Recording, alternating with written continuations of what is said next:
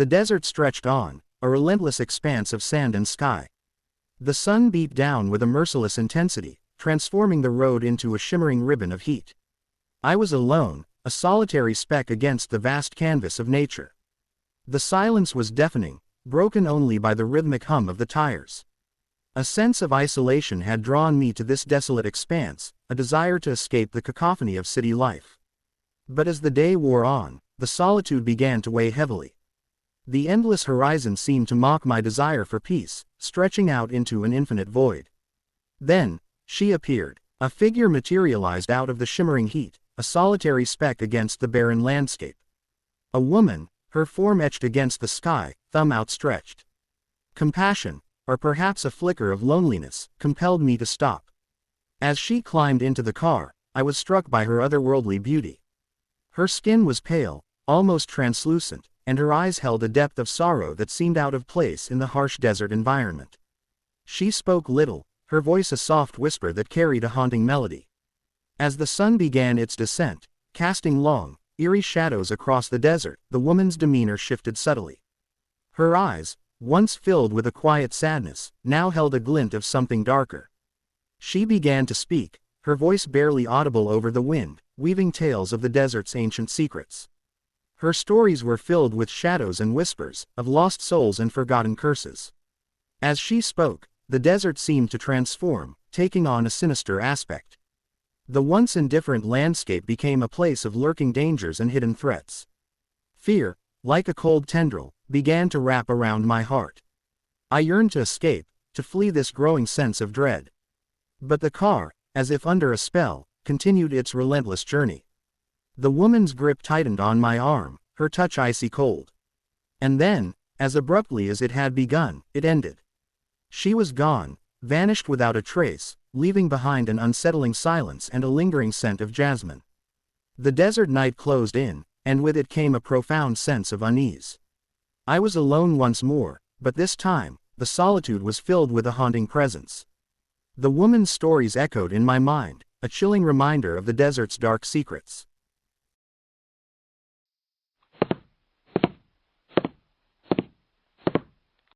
The motel stood as a spectral apparition on the desolate plains, its neon sign flickering like a dying ember. A sense of foreboding washed over me as I pulled into the gravel parking lot. The building was a relic of a bygone era, its weathered facade hinting at secrets locked within its crumbling walls.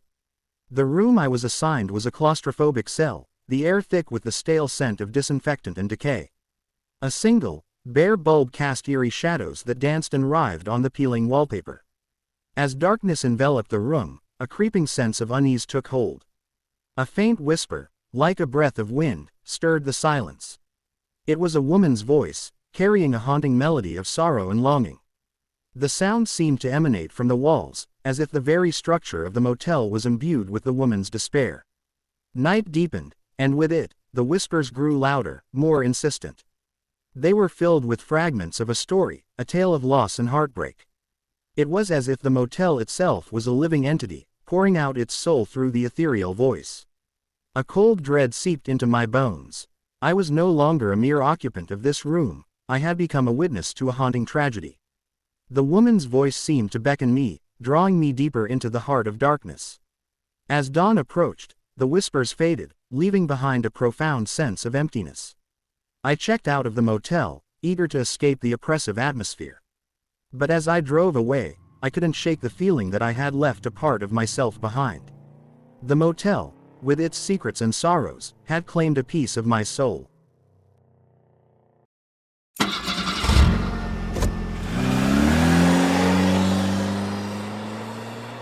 The road stretched out before me, a ribbon of asphalt cutting through the heart of the country. It was a solitary journey, a deliberate escape from the cacophony of city life.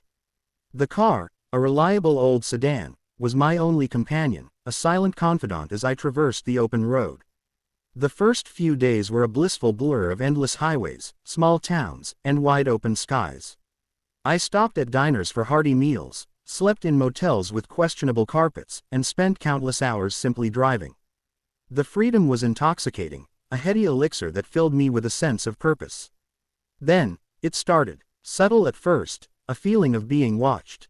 A car behind me, a little too close, a little too long. I'd glance in the rearview mirror, but there would be nothing, just an empty stretch of road.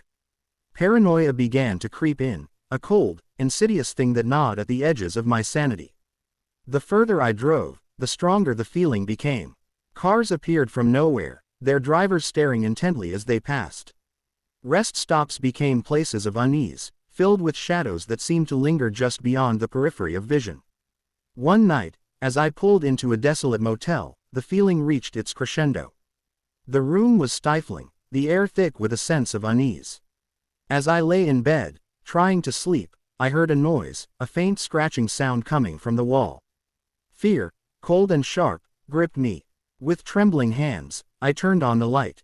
Nothing, just the usual shadows cast by the nightstand. But the sound persisted, a maddening rhythm that drove me to the brink of insanity. As dawn approached, exhausted and terrified, I decided to leave. The drive that followed was a blur of terror. Every car on the road was a potential threat, every shadow a lurking danger. I drove for hours without stopping, my mind racing with 1,000 terrifying scenarios. As the sun began to set, I pulled into a deserted rest stop. The sky was ablaze with color, a breathtaking spectacle that should have been a source of peace. But instead, it filled me with a sense of impending doom. As I stepped out of the car, I saw it, a figure standing in the shadows, watching me. Fear, raw and primal, consumed me. I turned and ran, my heart pounding in my chest. The figure gave chase, their footsteps echoing in the still night air. I didn't stop running until I was out of breath, my lungs burning. When I finally stopped, I looked back. The figure was gone, vanished into the darkness. I was alone, but the terror remained. The open road, once a symbol of freedom, had transformed into a terrifying labyrinth.